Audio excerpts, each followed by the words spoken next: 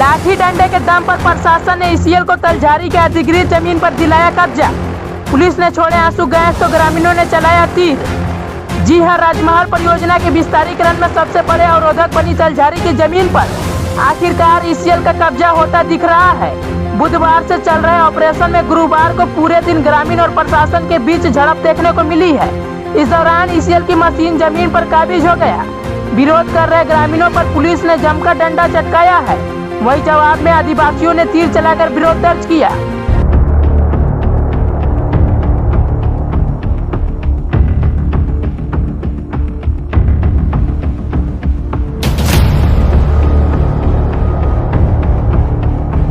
Company 3 बड़ी मशीनें उत्खनन के लिए तलझारी लेकर गई थी। पुलिस ने पूरी तैयारी और सुरक्षा कवर के साथ ग्रामीणों को खदेड़ने में कामयाब रही। अंततः ग्रामीणों को पीछे हटना पड़ा। प्रशासन ने उस जमीन पर ईसीएल को कब्जा दिलाया है, जिसे रैयतों ने ईसीएल को पहले दे दी थी। इधर दिन भर चली पुलिस की कार्रवाई के बाद तकरीबन शाम 5 बजे पुलिस वापस लौट गई। देखना दिलचस्प होगा कि उनकी ये कार्रवाई कब तक जारी रहेगी और आर पार की इस लड़ाई में पुलिस में जिस तरह की तैयारी दिख रही है उससे ग्रामीण हतप्रभ हैं।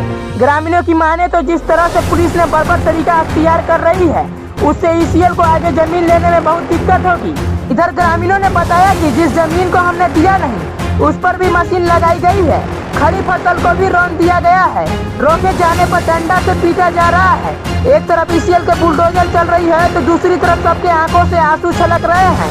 ग्रामीणों का कहना है कि राज्य के मुख्यमंत्री, क्षेत्र के सांसद और विधायक सबके सब आदिवासी हैं, लेकिन हमारी रक्षा करने के लिए कोई आगे नहीं आया। वहीं ईसीएल के महाप्रबंधक प्रभारी रमेश चंद्र महापात्रा ने कहा कि 22 रैयतों के 125 एकड़ भूमि अब तक अधिकृत किया गया है, जिसका मुआवजा और नौकरी दे दी गई है। आगे R&R के पॉलिसी के तहत उनका जो भी कंपनसेशन होगा वो दिया जाएगा। मेरा नाम रविंदर मुर्मू है। तो कहाँ घर है? मेरा घर तलझारी है। हाँ। तलझारी यानी बांसडिया सीमाना से जबरदस्ती यानी तलझारी सीमाना में घुस गया। तलझारी घुस गया? तलझारी घुस गया जबरदस्ती, यानी जबरदस्ती फसल लगा दिए, तब जबरदस्ती फसल तोड़ दिया। फसल तोड़ दिया सब। तो जबरदस्ती आप लोग कुछ नहीं बोले? जबरदस्ती हम बोले तो डंडा लाठी चला रहा। तो डंडा लाठी चला रहा? कौन चला रहा है डंडा लाठी? वही पुलिस सब है। ये कौन गाँव है? तलझारी। हाँ। तलझारी में आज गाड़ी घुसा दिया। हाँ। तो आप लोग जबरदस्ती और मेहरानों का कोई नहीं चिन्हा, हम लोग का मार दिया, छीन लिया। क्या छीन लिया? डब्बा। हाँ। अच्छा। तो हमने खाली देखावट लाना था। अच्छा। कोई नहीं, कुछ नहीं काम किया। अच्छा। छुपा नहीं किया। आपका मुख्यमंत्री जो है, राज्य के मुख्यमंत्री आदिवासी हैं, वो कुछ नहीं बोल रहे हैं इस मामले पर, क्या बोलिएगा? हाँ, आदिवासी हैं, आदिवासी। हाँ। हम लोग का कहाँ भरता है, कहाँ देखता है, कौन वोट करेगा? उसको जिता दिया और अभी हम लोग का जान मर रहा है। कौन? मुख्यमंत्री? हाँ। मुख्यमंत्री का एक भी अभी तक जवाब नहीं आया इस मामले पर, क्या बोलिएगा? ना लोबिन का आया, ना लोबिन यहाँ के विधायक हैं। हाँ, विधायक उस पावर गया है। हाँ। वो भी नहीं आया, वो भी नहीं देखता है हम लोग का, और हेमंत सोरेन भी नहीं देखता है हम लोग का जान मर रहा है अभी पुलिस लोग। अच्छा। ईसीएल वाला जान मर रहा है। अच्छा। जबरदस्ती छीन रहा है हम लोग का जमीन, जबरदस्ती छीन रहा है। हाँ, जबरदस्ती छीन रहा है। क्या नाम है दादी आपका? सूरजमुनी। कभी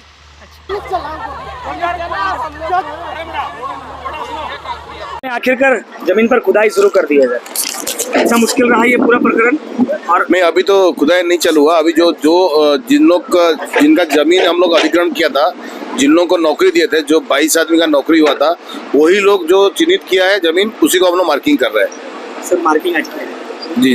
तो ग्रामीणों का कहना है कि अगर यहाँ पर खदान हो जाता है तो बगल वाले लोग रह नहीं पाएंगे, उनका धंसना गिरेगा, उनके फसलें नहीं होंगी, ना घर रह पाएगा। यहाँ पे जो घर है, यहाँ से लगभग 700 मीटर दूर है घर। यहाँ से जो गांव है 700 मीटर दूर है, और जो विधिवत व्यवस्था जो उसको फॉलो करते हुए हम लोग जो जमीन का अधिग्रहण हुआ उसको काम चालू किया है। अभी 700 मीटर दूर है। अगर कल दिन जिसका जमीन है वो अपनी खेती करना चाहे, खेतों पर आए या घर बनाना चाहे, तो कैसे रह पाएगा?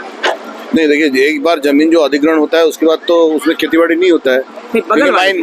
माइन तो उसी से चालू होता है ना। जो बाकी जो हम लोग का कंपनी का जो व्यवस्था है, उसको R&R पॉलिसी के तहत जमीन देना है, उसको हम लोग प्लॉट दे रहे हैं, 5 डिसमिल प्लॉट दे रहे हैं, और उसका जो खेती का जो मुआवजा है उसका लगभग 60 लाख रुपया मुआवजा मिलता है। एक जमीन का, एक एकड़ जमीन का। तो ये जो जमीन का हम लोग को उसको पूरा प्रकरण होने के बाद ही जमीन का अधिग्रहण होता है। ये कितना जमीन था सर जिसको लेकर किया? अभी जो तालझरी एरिया में हम लोग का 325 एकड़ जमीन है, और जिसमें से हम लोग को 125 एकड़ का हम लोग का लोगों के साथ में जो लेन देन पूरा क्लियर हो गया है, नौकरी उसमें हो गया लोगों का, उसका कॉम्पेंसेशन मिल चुका है।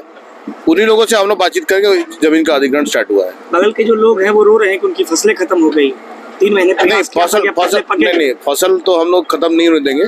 फसल जिनका जो उनका कॉम्पेंसेशन अगर होगा तो उसको हम लोग बिना कॉम्पेंसेशन देंगे, ऐसे नहीं करेंगे। कोई जो विधि का बाहर जो होगा ऐसे कोई कार्यक्रम हम लोग नहीं करेंगे। हम लोग बाकायदा समझा बुझा के जो उनका जो प्राप्य होगा उसको हम लोग देके ही करेंगे। ग्रामीणों को घर में जाकर शासन के द्वारा पिटाई कर दी गई, फिर अंदर रोक दिया गया। अब वो डर से बाहर नहीं निकल रहे तो वो कम्पनसेशन क्या लेंगे? नहीं, ऐसा तो नहीं है। ऐसे डरेगा क्यों? ये विधि व्यवस्था में ऐसे कुछ तो नहीं किया। जो लोग कुछ लोग जिनको कोई जमीन से लेना देना नहीं है, जिनका जमीन है वो लोग हमारे साथ में है। बसडिया वाला जो है वो लोग ग्रीन ड्रेस में है, जो यहाँ का जमीन वाले वो लाल ड्रेस में सब हमारे साथ में है। वो लोग वो जिनका जमीन हम लोग अधिग्रहण किया है, जो लोगों को नौकरी मिला है, उन्हीं का जमीन में वो लोग खड़े हैं। उनको छोड़ के बाकी जो लोग डिस्टर्बेंस कर रहे हैं वो बाहर का लोग हैं। बगल के लोग, जिनका की जमीन बर्बाद हो जाएगा वो लोग नहीं, उनका जमीन ना हो सकता है। वो लोग बगल में जब खदान के बगल में रहेंगे तो वो कोई काम का होगा नहीं। जी। तो उनका जमीन बर्बाद हो जाएगा।